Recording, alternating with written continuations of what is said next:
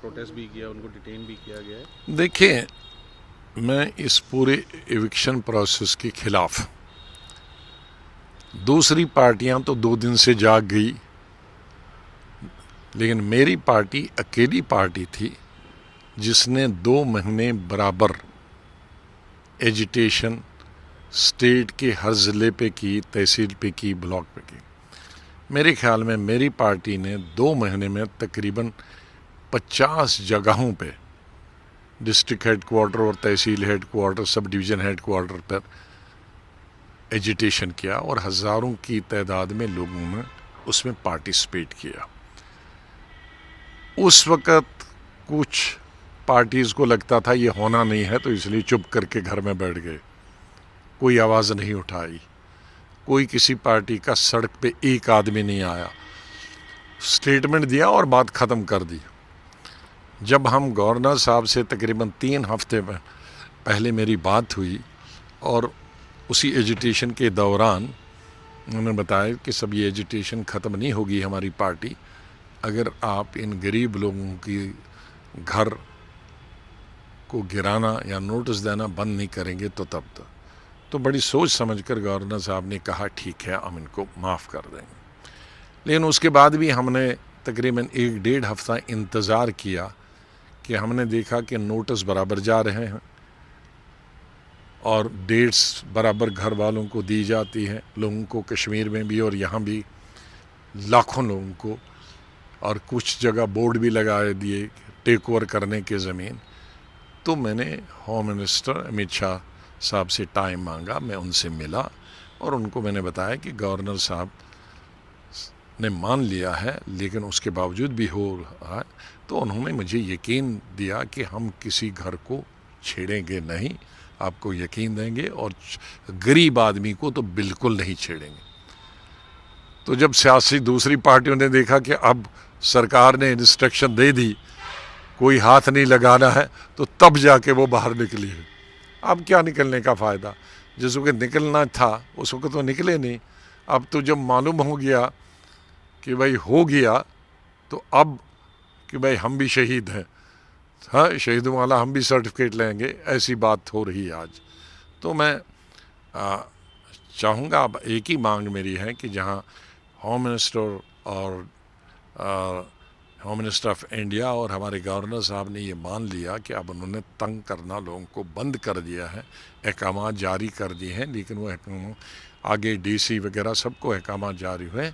लेकिन मेरी उनसे गुजारिश ये है कि वो अभी इसको अगर रिटर्न आर्डर देंगे तो लोगों को तसल्ली आएगी, क्योंकि ऑफिसर्स जब तक उनको रिटर्न आर्डर नहीं होता है तो वो अपनी कार्रवाई, कागजी कार्रवाई चलाते रहते हैं। चाहे वर्बल तौर पर उन्होंने हुक्म जारी किया है, लेकिन अंदर अंदर से वो रिटर्न आर्डर चले जाते हैं, उससे अभी भी बहुत तशवीश है स्टेट में। अभी पीछे इस पे उसी का कारण है। देखो, इस स्टेट के दौरान बहुत सारी चीज़ें हुई जिसकी वजह से इस एडमिनिस्ट्रेशन के दौरान कुछ चीज़ें सरकार के ख़िलाफ़ थी, केंद्रीय सरकार की चीज़ें केंद्रीय सरकार के ख़िलाफ़ चली गई। सबसे बड़ी खिलाफ बात चली गई थी 370 ख़त्म किया, फिर स्टेट के 2 हिस्से हुए, जम्मू कश्मीर और लद्दाख, फिर जम्मू कश्मीर को यूटी बनाया गया, फिर 35A को ख़त्म किया, यहाँ बाहर वाला ज़मीन ख़रीद सकता है, बाहर वाला नौकरी कर सकता है, जिससे पूरी स्टेट में, वो जम्मू प्रोविंस हो या कश्मीर प्रोविंस में, वो मरकज़ी सरकार के ख़िलाफ़ बहुत गुस्सा था। वो गुस्सा थोड़ा दब रहा था कि मिलिटेंसी ख़त्म हो रही थी, लोग खुल के बाहर घूम फिर सकते थे, हड़तालें बंद हो गई थी, स्नो पेल्टिंग ख़त्म हो गई थी। लेकिन सरकार ने उसका फ़ायदा उठाने के बजाय खुद अपने पाँव पर कुल्हाड़ी मारी कि ये ड्राइव शुरू कर दी कि फिर पेल्टिंग और फिर एजिटेशन शुरू हो गई। तो लोगों के हित में तो है ही कि ये इविक्शन का सिलसिला बंद किया जाए, और ये स्टेट के भी हक में है कि लॉ एंड ऑर्डर मेंटेन करने के लिए बेहतरीन तरीका है कि इसको विड्रा करें इस ऑर्डर को, ताकि लॉ एंड ऑर्डर ठीक हो जाए और आगे माहौल इलेक्शन करने के लिए अच्छा बने। सर वहीं अगर पार्लियामेंट सेशन जैसे चल रहा है और आने नहीं दिया जाता था, झंडा फहराने नहीं दिया था, बट एक तरीके से उन्होंने एक एग्जाम्पल दिया कि ये यात्रा जो है पूरा पहुंच गई जम्मू कश्मीर तक। अब ठीक है, वो हर आदमी, हर पॉलिटिकल पार्टी अपना अपना वक़्त का, अपने समय की उपलब्धियों को उभारना चाहता और पेश करता चाहता है। उसमें जो मर्जी है, चाहे राहुल जी को अपना विपक्ष का रोल अदा करना है और सरकार को, चाहे पीएम हो या कोई भी मंत्री है, उसको अपने आप को डिफेंड करना है। वो पार्लियामेंट्री प्रोसीजर का एक सिलसिला है। मुझे इतना है कि जहां उन्होंने नेशनल इश्यूज उठाते हैं और वो यात्रा के दौरान ये एजिटेशन सबसे बड़ा मुद्दा था हमारा इविक्शन का, उस पर कोई बात नहीं हो पाई। सर लास्ट मोदी जी ने ये कहा कि हमारी 5वीं इकॉनमी बन गई है, हालांकि हालात बड़े ख़राब थे, कोविड था, तो उसको किस तरह देखते हैं आप, जो स्ट्रॉन्ग हुआ है इकॉनमी? देखिए, मैं ये स्ट्रांग तो नहीं कह सकता हूँ, लेकिन इतना ज़रूर कह सकता हूँ कि दुनिया में जो हालात हैं इस वक्त मंदे में, उसमें इंडिया बेहतर पोजीशन पे है।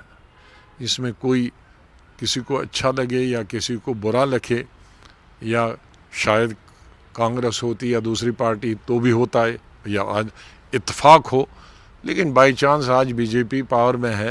लेकिन इंडिया एज इंडिया, और उसमें सब इंडियंस को वो क्रेडिट जाता है।